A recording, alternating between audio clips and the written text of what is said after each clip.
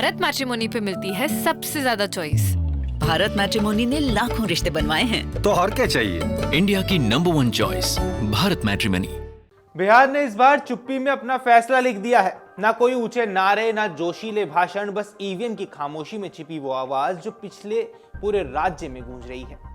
पहले चरण के रिकॉर्ड तोड़ वोटिंग ने उस सन्नाटे को तोड़ दिया है जो महीनों से बिहार की फिजा में पसरा हुआ था। रैलियां हुई, भाषण गूंजे, नारों की गूंज से गलियां भरी रही, लेकिन मतदाता ने जवाब दिया चुप रहकर। और यही चुप्पी इस बार की राजनीति की सबसे गूंजती आवाज बन गई है। इस बार के मतदान ने बिहार को एक नए दौर में पहुंचा दिया है। ऐसा दौर जहां जाति की दीवारें हिलने लगी है, जहां मतदाता सिर्फ पहचान नहीं, प्रदर्शन देख रहा है। सबसे बड़ा बदलाव यह है कि महिलाएं अब सियासत की नई धुरी बनकर उभरी हैं, किंग मेकर, जो अब मंच से नहीं बूथ से राजनीति तय कर रही हैं। चुनाव आयोग के ताजा आंकड़े बताते हैं कि इस बड़े हुए मतदान के पीछे एक अहम कारण मतदाता सूची में शुद्धता है। एसआईआर अभियान के तहत करीब 35 से 65 लाख फर्जी और मृत नाम हटा दिए गए।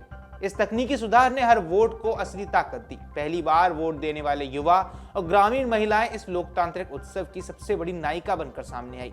सुबह से शाम तक मतदान केंद्रों के बाहर लगी लंबी कतारें किसी दल या नारे की नहीं थी, ये बदलते बिहार की एक तस्वीर थी। कई जगहों पर महिलाओं ने पुरुषों से 5 से 7% तक अधिक वोट डाले। ये कोई आकस्मिक घटना नहीं, बल्कि उस सामाजिक चेतना का प्रमाण है जो धीरे धीरे लेकिन मजबूती से अब उभरता हुआ साफ नजर आ रहा है। मुख्यमंत्री नीतीश कुमार की मुख्यमंत्री महिला रोजगार योजना और 35% आरक्षण की नीति ने महिलाओं में सुरक्षा और सम्मान का भाव जगाया है। स्वयं सहायता समूह यानी कि सेल्फ हेल्प ग्रुप्स के जाल ने इस वर्ग को आत्मनिर्भरता की दिशा दी। वहीं दूसरी ओर तेजस्वी यादव ने माई बहन मान योजना के जरिए महिलाओं को सीधे आर्थिक सशक्तिकरण का वादा दिया और उच्च शिक्षा में सब्सिडी जैसे कार्ड उनके प्रचार का केंद्र बने। अभी महिला मतदाता खुद को लाभार्थी नहीं बल्कि निर्णायक मानने लगी है। ग्रामीण बिहार में यही वर्ग अब जाति से ऊपर उठकर सोच रहा है। सुरक्षा, रोजगार और सम्मान, ये 3 शब्द इस बार के मतदान का असली एजेंडा बन गए हैं। गांव में चर्चा अब ये नहीं है कि कौन किस जाति का है, बल्कि ये है कि कौन भरोसे के लायक है। पहले चरण का सबसे बड़ा संदेश है जातीय समीकरण अब उतने अटूट नहीं रहे हैं। दशकों तक बिहार की राजनीति जातियों के गणित पर चलती रही, लेकिन इस बार उस जातीय सीमेंट की दरारें पड़ती नजर आ रही हैं।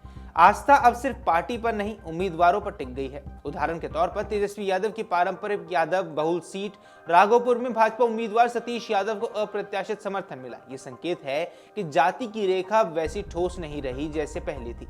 इसी तरह मोकामा की सीट जो वर्षों से भूमिहार बनाम यादव समीकरण की पहचान रही, इस बार बाहुबली प्रभाव और स्थानीय वफादारी के कारण अलग दिशा में मुड़ती हुई नजर आ रही है। अति पिछड़ा वर्ग यानी कि ईबीसी में भी हलचल तेज है। कुशवाहा, मल्लाह और धानुक वोट इस बार दोनों ओर बढ़ गए हैं। अब वोट केवल जाति नहीं बल्कि समीकरण का नाम भी बन गया है।